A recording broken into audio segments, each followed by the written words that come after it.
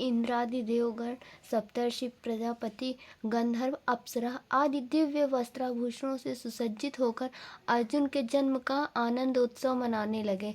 देवताओं का यह उत्सव केवल ऋषि मुनियों ने ही देखा, साधारण लोगों ने नहीं। फिर एक दिन माद्री के अनुरोध करने पर पांडु ने कुंती को एकांत में बुलाकर कहा, तुम प्रजा और मेरी प्रसन्नता के लिए एक कठिन काम करो, उससे तुम्हारा यश हो। पहले के लोगों ने भी यश के लिए बड़े कठिन कठिन काम किए हैं। वह काम यही है कि माद्री के गर्भ से संतान उत्पन्न हो। कुंती ने उनकी आज्ञा शिरोधार्य करके माद्री से कहा, बहन तुम केवल एक बार किसी देवता का चिंतन करो, उससे तुम्हें अनुरूप पुत्र की प्राप्ति होगी। माद्री ने अश्विनी कुमारों का चिंतन किया।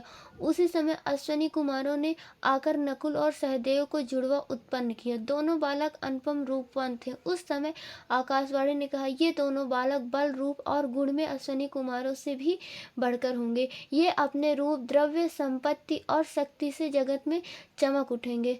सत्संग पर्वत पर रहने वाले ऋषियों ने पांडु को बधाई और बालकों को आशीर्वाद देकर क्रमशः नामकरण किया। युधिष्ठिर, भीम, अर्जुन और नकुल, सहदेव ये एक एक वर्ष के अनंतर से उत्पन्न हुए थे।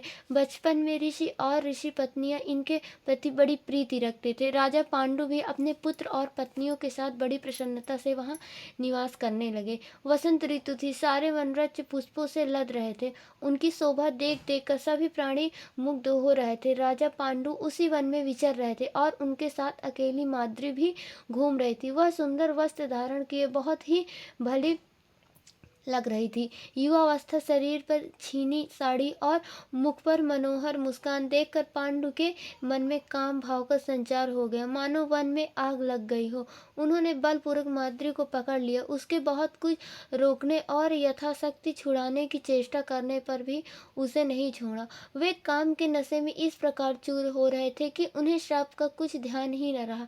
दैवश वे मैथुन धर्म में प्रवृत्त हुए और उसी समय उनकी चेतना नष्ट हो गए। माद्री उनके शव से लिपट कर आर्त स्वर से विलाप करने लगी। कुंती पांचों पांडवों को लेकर वहां पहुंची। कुछ दूर रहने पर ही माद्री ने कहा, बहन तुम बच्चों को वहीं छोड़कर अकेली यहाँ आओ। वहां की दशा देखकर कुंती शोकग्रस्त हो गई। वह विलाप करके बोली, मैंने तो सर्वदा अपने पति देव की रक्षा की थी, आज उन्होंने श्राप की बात जानबूझकर भी तेरा कहना क्यों नहीं माना। माद्री ने कहा, बहन मैंने तो बड़ी नम्रता और विकलता के साथ इन्हें रोकने की चेष्टा की, परंतु होनहार ही ऐसा था, ये अपने मन को वश में नहीं रख सके। कुंती ने कहा, अच्छी बात, अब तुम उठो, पतिदेव को छोड़कर इधर आओ।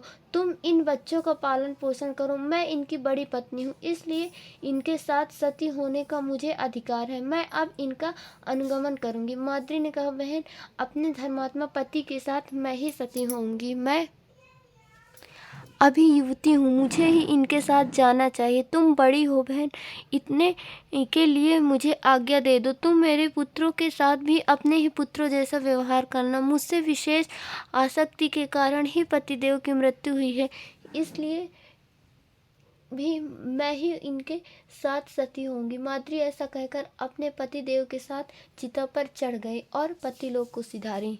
राधा वल्लभ श्री हरिवंश।